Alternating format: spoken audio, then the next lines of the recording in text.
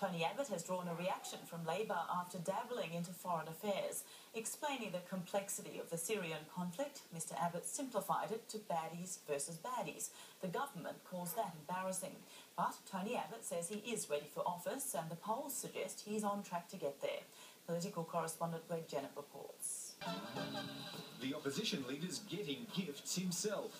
As Australia needs Tony all over the front page. Newspapers are barracking for him. He talks of being ready. Should we win the election, I will be acutely conscious of the burden of duty and responsibility that has descended upon my shoulders.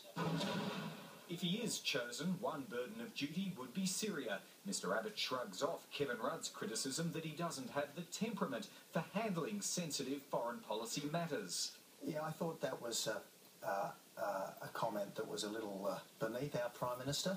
But this characterisation of the dueling forces in Syria's civil war has Labor laying the charge again.